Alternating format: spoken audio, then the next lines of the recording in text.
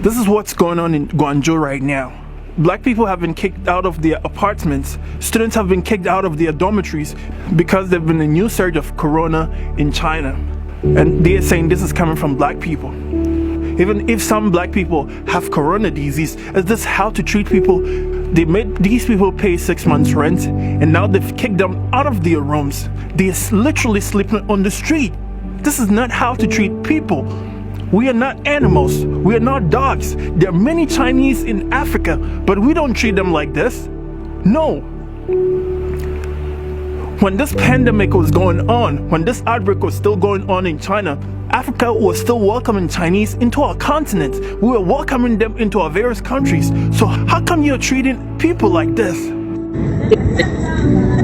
Brenda, not her real name, has been living in China since 2017. Earlier this week, she was kicked out of her home without any explanation. And just like any other person in a foreign country, the embassy is usually the next resort. For her, it was the Kenyan embassy. I didn't have a place to go.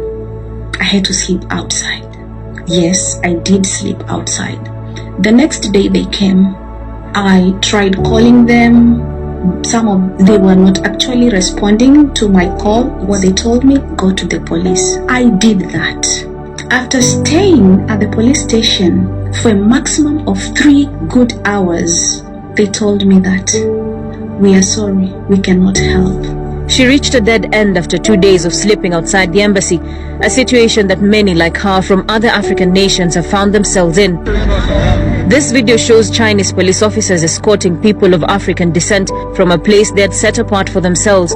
I know of 2 pregnant ladies. One is 8 months pregnant, the other is 6 months pregnant. They cannot access hospital. Patricia, also not her real name, was lucky to have escaped the eyes of Chinese nationals who came knocking in her house earlier today. Our conversation on phone revealing just how scary everything is. Now I don't have food. I don't know what to do. And I can't just go to the street. I don't want to sleep outside. Now it's either I choose to have somewhere to sleep or I choose food.